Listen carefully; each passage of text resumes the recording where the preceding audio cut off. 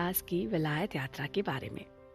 साल 1887 में मैट्रिक की परीक्षा के बाद बड़ों की इच्छा थी कि पास हो जाने पर मोहनदास को आगे कॉलेज की पढ़ाई करनी चाहिए।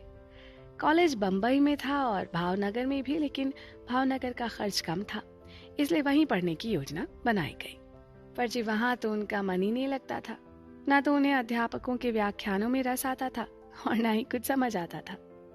इसके लिए उन्होंने कभी भी अध्यापकों को दोष नहीं दिया, बल्कि इसे हमेशा अपनी ही कमजोरी माना। पहला सत्र पूरा करके वो अपने घर को भाग चले। वहीं अपने कुटुंब के एक पुराने मित्र, सलाहकार और व्यवहार कुशल ब्राह्मण मावजी दवे से मिले, जिन्होंने उनके पिताजी के स्वर्गवास के बाद भी संबंध बनाए रखे थे। माताजी और बड़े भाई के साथ बातचीत करते हुए उन्होंने मोहनदास की पढ़ाई के बारे में पूछताछ की और कहा कि देखो, अब जमाना बदल गया है।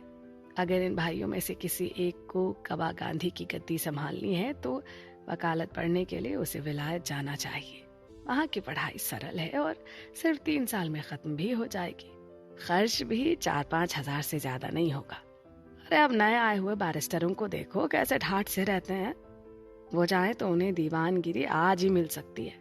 साथ ही उन्होंने ये सलाह भी दी कि आप मोहनदास को इसी साल विलायत भेज दीजिए। विलायत में हमारे कई दोस्त हैं, उनके नाम सिफारिशी पत्र लेकर जाएंगे तो वहाँ कोई कठिनाई नहीं होगी। भावनगर में कॉलेज की कठिनाइयों से डरे हुए मोहनदास ने कहा, मुझे विलायत भेजें तो बहुत ही अच्छा है। पर उनकी माताजी को कुछ सूझ ही नहीं रहा था। वियोग की ये बात उन्हें जची ही नहीं, साथ ही खर्चे की भी चिंता हो रही थी। तभी उनके बड़े भाई को एक दूसरा विचार सूझा। पोरबंदर राज्य पर हमारा हक है, वहां के एडमिनिस्ट्रेटर के हमारे परिवार के साथ अच्छे संबंध है, हो सकता है वो राज्य की तरफ से तुम्हारी मदद कर दे। मोहनदास को ये सुनकर बहुत अच्छा लगा और वो तुरंत ही पोरबंदर जाने के लिए तैयार हो गए। वहां पहुंचकर उन्होंने अपने चाचा जी को प्रणाम करके सारी बातें सुनाई।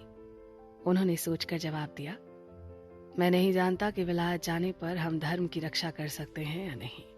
जो बातें सुनता हूं उनसे तो शक पैदा होता है।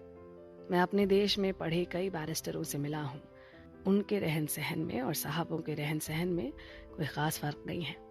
फिर भी मैं बाधक नहीं बनूंगा। सच्ची इजाजत तो तुम्हारी माँ की है।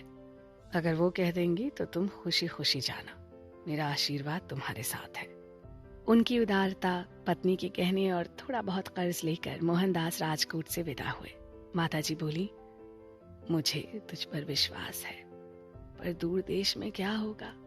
उन्होंने प्रतिज्ञा करवाई और मोहनदास ने मांस, मदिरा तथा स्त्री संग से दूर रहने की कसम खाई।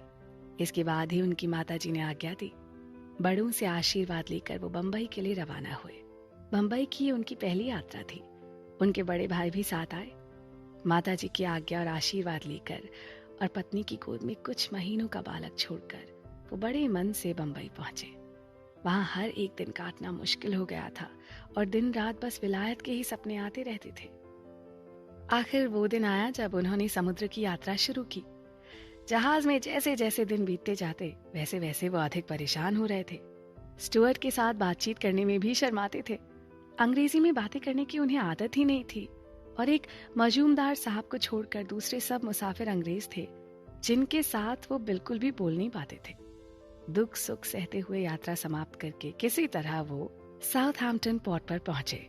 जहाज में किसी ने सलाह दी कि विक्टोरिया होटल में उन्हें ठहरना चाहिए।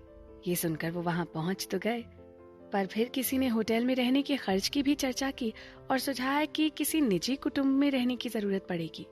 आभार पूर्वक इस सुझाव को मानते हुए मोहनदास एक मित्र के घर पहुंचे। उनके स्वागत सत्कार में कोई कमी नहीं थी, बल्कि मोहनदास को अपने सगे भाई की तरह रखा गया और अंग्रेजी रीति रिवाज सिखाए गए। अंग्रेजी में थोड़ी बातचीत करने की आदत भी उन्हीं ने डलवाई। मुश्किल से समाचार पत्र पढ़ने शुरू किए। हिंदुस्तान में उन्होंने समाचार पत्र कभी पढ़े नहीं थे, पर बराबर पढ़ते रहने के अभ्यास से उन्हें पढ़ने का शौक पैदा हो गया। डेली न्यूज, डेली टेलीग्राफ और पेल मेल गैजेट जैसे अखबारों को पढ़ने में शुरू में तो 1 घंटा लग जाता था। इसके साथ ही उन्होंने आसपास की जगहों में घूमना शुरू किया। उन्हें शाकाहारी यानी सिर्फ अन्नहार देने वाले भोजन गृह की खोज करनी थी। घर की मालकिन ने बताया भी था कि खास लंदन में ऐसी कई जगहें मौजूद हैं। वो रोज 10-12 मील चलते थे। किसी मामूली से भोजन गृह में जाकर पेट भर रोटी खा लेते थे, पर उन्हें संतोष न होता था। इस तरह भटकते हुए एक दिन वो फैरिंगटन स्ट्रीट पहुंचे और वहां वेजिटेरियन रेस्टोरेंट का नाम पढ़ा। तब उन्हें कुछ ऐसा आनंद हुआ जो किसी बालक को मनचाही चीज मिलने से होता है। अंदर घुसने से पहले उन्होंने दरवाजे के पास की शीशे वाली खिड़की में बिक्री के लिए रखी गई कुछ किताबें देखी। उनमें उन्हें सॉल्ट की अन्नहार की हिमायत नाम की पुस्तक दिखाई दी। 1 शिलिंग की उस किताब को खरीद कर वो भोजन करने बैठे। इस पुस्तक को पढ़ने के दिन से ही वो स्वेच्छा से और विचार पूर्वक अन्नहार में विश्वास करने लगे। अपनी माता जी से की गई प्रतिज्ञा उन्हें अब विशेष आनंद देने लगी थी। विलायत आने के बाद यहाँ पहली बार उन्हें भर पेट भोजन मिला। उस दिन उन्हें ऐसा लगा मानो ईश्वर ने ही उनकी भूख मिटाई हो। तो दोस्तों, लंदन के उनके अनुभवों पर चर्चा अभी बाकी है। आप भी जुड़े रहें हमारे साथ।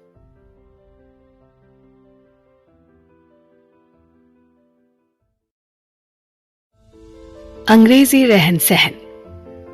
मोहनदास